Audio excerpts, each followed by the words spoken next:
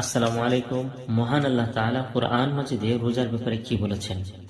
রোজার ব্যাপারে মহান আল্লাহ তাআলা সূরা বাকারার 183 নম্বর আয়াতে বলেছেন, আউযু বিল্লাহি মিনাশ শাইতানির রাজীম, ইয়া আইয়ুহাল্লাযীনা আমানু কুতিবা আলাইকুমুস সিয়ামু কামা কুতিবা আলাল্লাযীনা মিন ক্বাবলিকুম লাআল্লাকুম তাত্তাকুন।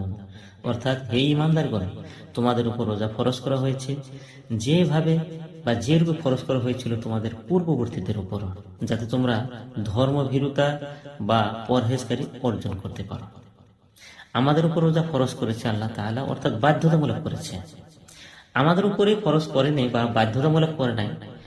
আমাদের যে পূর্বে যেরকম আল্লাহ তাআলা কোরআন নাজিল করেছে 1450 বা 1500 বছর আগে কোরআন মাজিদ আল্লাহ তাআলা দুনিয়াতে পাঠিয়েছেন, তার পূর্বে যারা ছিল তাদের উপরে কিন্তু এই রোজা ফরজ করেছিল।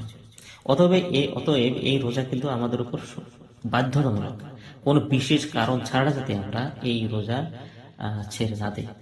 আমার অনুরোধ বা আমার আহ্বান হলো সকল মুসলমান যাতে এই পবিত্র রমজান মাস যে এখন চলছে 2026 সালে, এই রমজান মাসে যাতে পুরোপুরি রোজা রাখার জন্য চেষ্টা করে এবং থাকে। বিশেষ কারণ যদি থাকে তাহলে সেটা ভিন্ন কথা।